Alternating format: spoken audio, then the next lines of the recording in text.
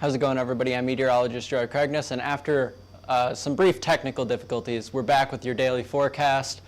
So we do have a bit of a lull in severe weather today. Have some storms going on down south along the Gulf Coast, but really not expecting too much out of those today. And then starting tomorrow, we're expecting another wave of severe storms to come through the central U.S.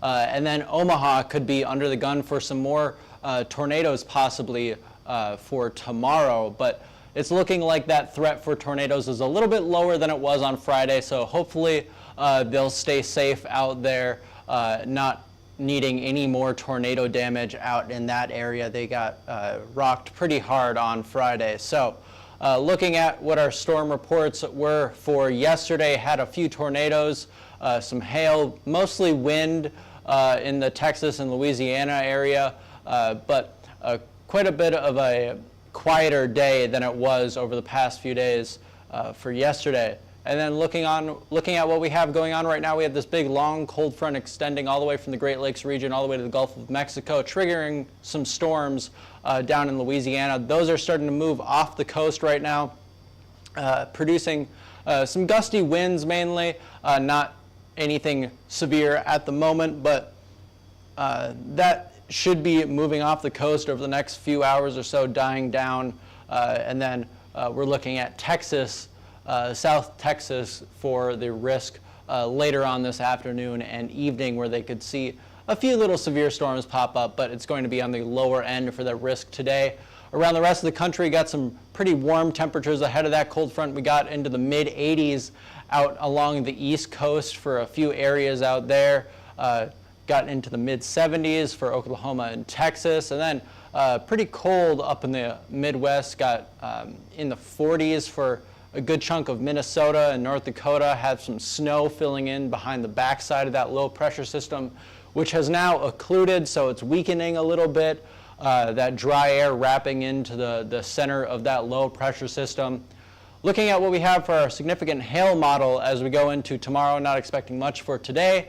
But we could see a few storms, but tomorrow is our main focus. We have this big, long corridor of favorable conditions for large hail stretching all the way from far southwestern Minnesota all the way to the Mexico border, going up through the entire central U.S. So we could be in store for some scattered storms, producing some potentially large hail tomorrow afternoon and evening.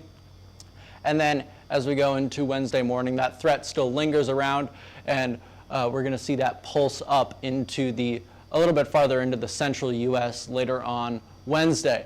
This is what we got for our future radar here. You see those storms along the Louisiana Gulf Coast starting to die down and move over the waters there. And then we could see a few little storms pop up as we get into the evening hours tonight in South Texas. Not expecting too much out of those. They'll mainly kind of pop up. They could drop some severe hail, but then they'll die out pretty quickly as they become more outflow dominant with those storms. So then looking at what we have for tomorrow, we could see this string of supercells pop up along the dry line there as we go into tomorrow afternoon. Those could produce some strong winds and damaging hail possibly out of some of those storms if they stay more isolated. If they form into a line and everything kind of fires off all at once, it's going to be primarily a wind threat out of that. Maybe we'll get a few tornadoes that pop up in Texas, but not really expecting too much. It's going to be more isolated, not this widespread big event like we saw on Friday and Saturday, but we could still see some damaging storms pop up. And then going into the Midwest region for tomorrow afternoon, looking at a few little possible supercells popping up in far southwestern Minnesota, far northwestern Iowa, and north of the Omaha area. Those could produce some stronger tornadoes and damaging hail, but this severe threat is very conditional with the way that the environment is set up. A lot of these storms could be elevated and that is going to significantly reduce the tornado threat as we go into the evening hours. But if any of these storms do stay isolated and are able to tap into that surface moisture and environment, they could produce a tornado, a few of these cells along the southern edge of this line there. So looking at far southeastern Nebraska and far northeastern Kansas, that could see the largest potential for tornadoes as we go into tomorrow afternoon and evening. So this is what we got for tomorrow's hail forecast. Looking at a good chunk of the central U.S., possibly seeing some severe hail extending all the way from the Texas-Mexico border all the way up into far southern Minnesota out there. Omaha, Wichita looking like the main areas that could see some larger hail as we go into tomorrow. And then Des Moines, Kansas City, Oklahoma City, also in that risk area, but on the lower end of that threat because storms could die down before they reach those areas. If they do continue on, those cities could see some severe hail as we go into tomorrow evening. Then we got our wind forecast, pretty much the same exact area as our hail forecast, same cities under the risk area for there. If those storms stay elevated like they could, then these storms are going to be primarily a wind threat versus a hail and tornado threat as we go into tomorrow. And then tornado risk, not quite as big as the hail and wind risks were, but same areas. Omaha looking like the best chance that they could see tornadoes, but that risk area is probably going to be shifted a little bit farther south. So kind of in this area looks like the most favorable conditions for tornadoes, but we'll update this map tomorrow to give a little bit better picture of how things are actually expected to shape up. So this is what we have triggering these storms for tomorrow. We have this little tiny shortwave in the jet stream that's going to provide just enough upper level support to kick off those storms and produce favorable wind shear conditions for possible hail and tornadoes. And then as we get into Wednesday and Thursday, we're going to have another little shortwave trough move through. Could bring some severe weather to the Dakotas, Minnesota, Iowa on Thursday. As that system continues to move off to the northeast, then we're going to see another low pressure system move into the western U.S.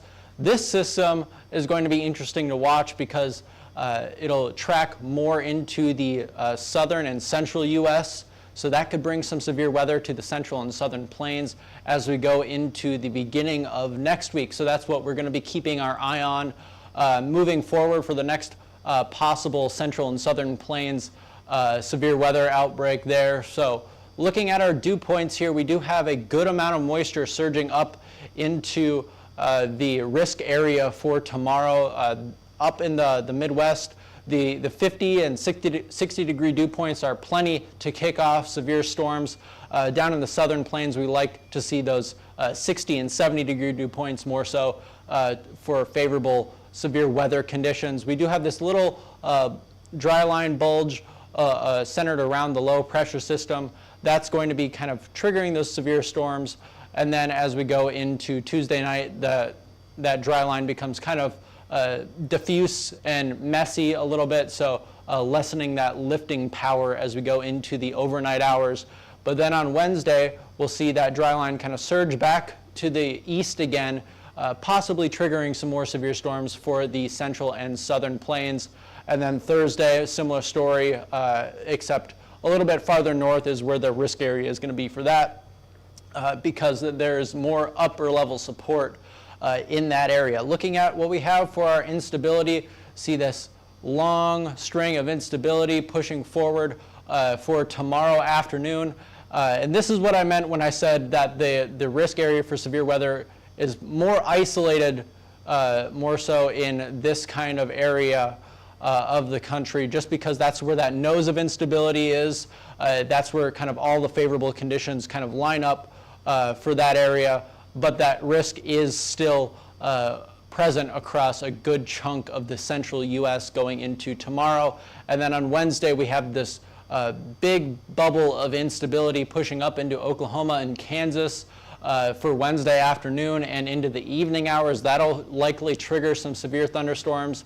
It's just a matter of how far east do those storms get before running into less favorable conditions and having a good source of lift as we get into the evening hours. And then this is what we got for our Wednesday map here.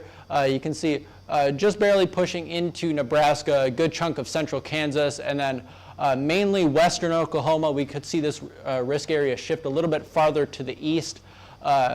Forgot to change that day, but Wednesday we could see this risk area shift a little bit farther east to include Oklahoma City and the surrounding areas. But for right now, this is kind of where those favorable conditions are lining up for severe weather on Wednesday. We could see quite a bit of rain and thunderstorms over the next 5 days or so. So breaking it down day by day, we have pretty much the entire Mississippi River Valley getting some solid rain today. And then Tuesday, that rain kind of spreads out as it moves east, but then the upper Midwest getting more thunderstorms, but they're going to be more isolated. So a little bit less rain up there. And then Wednesday, in that risk area, that's where the heaviest rain is going to be. Thursday, the low pressure system kicking up the storms on Wednesday, going to become a little bit more intense in terms of precipitation coverage. So pretty much the entire central U.S. getting at least an inch or two of rain for Thursday. And then Friday, that system continues to push off to the east.